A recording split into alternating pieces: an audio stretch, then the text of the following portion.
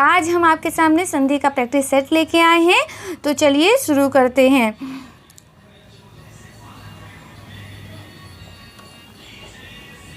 देखिए, संधि के प्रैक्टिस सेट में हमारा पहला क्वेश्चन है अत्यंत। तो अत्यंत कैसे बना हुआ है? अत्यंत देखिए किससे मिलके बना है? अति से मिलके बना है और अंत से मिलके बना है। किससे मिलके बना है? अति और अंत से मिलके बना है। तो यह अति है और ये अंत है। अति में देखिए जो ता है, ता में नीचे ता में कौन सी मात्रा लगी है? ई की मात्रा। तो यहाँ पे कौन सा स्वर है? ई है। और दूसरे शब्द का पहला जो वर्ण है वो देखिए क्या है? वो यहाँ पे क्या है? आ। क्या है?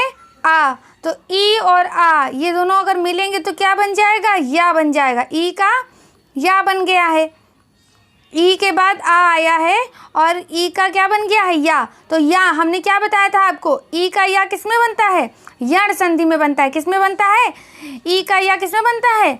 यण संधि में। आपको पहले भी बता चुके हैं यण संधि में क्या होता है? ई का क्या बन जाता है? या बन जाता है। ई का या। ऊ का क्या बन जाता है? वाह। ई का या, ऊ का वाह। और री का क्या बनता है यण में? री का बन जाता है रा। री का रा बनता है। तो यहाँ पे क्या आया है? ई। और ई के बाद कोई भी भिन्न स्वर आएगा तो ई का क्या बनेगा? या बनेगा। तो यहाँ पे कौन सी संधि है? यण संधि है। आई होप आप लोगों को समझ में आया होगा। चलिए नेक्स्ट क्वेश्चन देखते हैं। नेक्स्ट देखिए, नेक्स्ट क्या लिखा है? बहिर्मुख। बहिर्मुख। बहिर्मुख में क्या है? बहि धन मुख। बहि धन मुख। तो यहाँ देखिए ये आहा लगा हुआ है ना, तो आहा किस में लगा होता है? विसर्ग में लगा होता है। पहले ही पता चल गया कि ये बहि धन मुख है। आहा लगा है इसलिए यहाँ पे क्या है? विसर्ग संधि है। और हमने आपको बताया था जब कोई भी स्वर में आहा की मात्रा हो और उसके बाद क्या हो?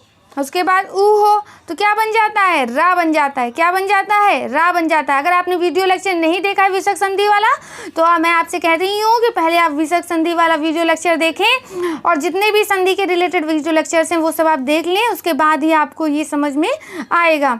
तो बहिर्मुख में क्या है? बहि धन मुख। यहाँ पे ई में आहा है, विसर्ग लगा हुआ है, तो विसर्ग से पहले स्वर आया है, विसर्ग के बाद ऊ आया है, तो ये क्या बन जाएगा? विसर्ग। विसर्ग क्या बन जाएगा? रा बन जाएगा। हलंत वाला रा यानी आधा रा बनेगा। तो ये बही हो गया, ये विसर्ग रा बन गया है, तो ये मुख पे ऊपर रा लग गया, तो ये क्या हो गया? बहिर्मुख हो गया है। आई होप आपको समझ में आया होगा। यहाँ पे क्या है? विसर्ग संधि है। चलिए नेक्स्ट देखते हैं। नेक्स्ट क्या लिखा है? सदैव। नेक्स्ट क्या है? सदैव। सदैव किससे मिलके बना है? सदा धन एव। सदा में देखिए दा में आ की मात्रा लगी है, तो ये क्या है? यहाँ पे बड़ा आ स्वर है और ये क्या है? ए है ना। तो आ के बाद क्या आया है? ए आया है। तो आ के बाद जब ए आता है तो हमने क्या बताया था? आ या आ के बाद ए आए तो क्या हो जाए? ए आए का ए, ओ औ का औ होता है, वृद्धि संधि हो जाता है। वहाँ पे क्या हो जाता है? वृद्धि संधि। वृद्धि संधि में क्या होता है? ए या फिर ए, ये आएगा तो ये क्या बन जाएगा? ए बन जाएगा। यहाँ पे देखिए ए की मात्रा लग गई, ये ए आ है और ये ए है, ये मिलके ए बन गए हैं, तो ये सदैव हो गया। क्या हो गया? सदैव हो गया। तो ए आई का ए बन जाता है, ओ और औ का क्या बन जाता है? ओ औ का औ बन जाता है। ओ औ का औ बन जाता है। यहाँ पे क्या हो जाता है? दीर्घ हो जाता है, वृद्धि हो जाती है। दीर्घ में दोनों एक जैसे होने चाहिए पर वृद्धि में दोनों एक जैसे नहीं होते हैं। तो यहाँ पे क्या है आपका? यहाँ पे वृद्धि संधि है। क्या है? सदैव में वृद्धि संधि है। चलिए नेक्स्ट देखते हैं। निरंतर। निरंतर में क्या है? निह धन अंतर। यहाँ पे देखिए विसर्ग लगा है तो यहाँ पे विसर्ग संधि है। निह में देखिए विसर्ग से पहले ई आया है, विसर्ग के बाद आ आया है, तो जब विसर्ग से पहले स्वर हो, विसर्ग के बाद भी स्वर हो, तो क्या बन जाता है? ये रा बन जाता है। क्या बन जाता है? विसर्ग रा बन जाता है। आधा रा बनता है, लेकिन आधा रा बनना है, आधा रा बन गया तो क्या हो गया? निरंतर हो गया। ये आ से मिलेगा तो पूरा हो जाएगा। ये रा आधा है। हमने क्या बताया था? अक्षर कोई होता है, जैसे रा है पूरा एक अक्षर है, तो ये किससे मिलके बना है? आधा रा और आ से मिलके बना है ना। तो ये पूरा तभी होता है जब रा और आ मिलते हैं। तो यहाँ पे आ था, यहाँ पे ये आधा रा बना था, तो ये जब आधा रा आ से मिल जाएगा तो ये पूरा रा बन गया। तो यहाँ पे निरंतर हो गया, क्या हो गया? निरंतर। तो यहाँ पे विसर्ग लगी है, इसलिए यहाँ पे क्या है? विसर्ग संधि है। चलिए नेक्स्ट क्वेश्चन देखते हैं। वनस्थली, वनस्थली में क्या है? वनः धन स्थली।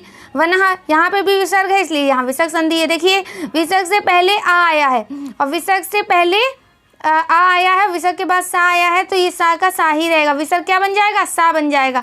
तो यहाँ पे क्या हो गया? विसर्ग सा बन गया है, तो यहाँ पे क्या हो गया? वनस्थली। वनः धन स्थली दोनों मिल गए, विसर्ग हट गया और वनस्थली हो गया। क्या हो गया?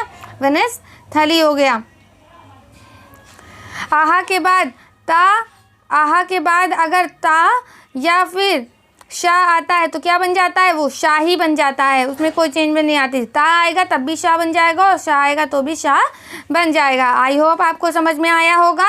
चलिए नेक्स्ट क्वेश्चन देखते हैं। रविंद्र, नेक्स्ट क्वेश्चन देखिए। रविंद्र, रविंद्र, रविंद्र किससे मिलके बना? रवि धन इंद्र। यहाँ देखिए छोटी ई है और यहाँ भी छोटी ई है, छोटी ई छोटी मिलके बड़ी ई बन गया है। तो यहाँ पे क्या है बताइए? स्वर संधि का कौन सा एग्जाम पार्ट है, कौन सा प्रकार है?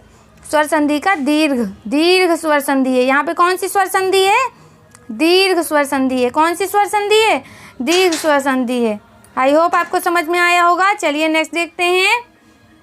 दिगंबर, दिगंबर किससे मिलके बना है? दिक धन अंबर, दिक धन अंबर। दिक में क्या है? का, हलंत वाला का, आधा का है ना। और ये आ, ये का जो है का है और यहाँ पे क्या है? आ है। तो का जो है व्यंजन है और आ क्या है? स्वर है। का व्यंजन है, आ स्वर है, तो यहाँ पे व्यंजन संधि है।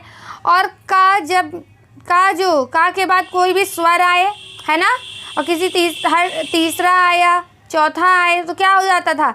इसी वर्ग का क्या बन जाता था? तीसरा बन जाता था। तो का वर्ग का क्या है? का ख ग घ, तो का ख ग तीसरा क्या है?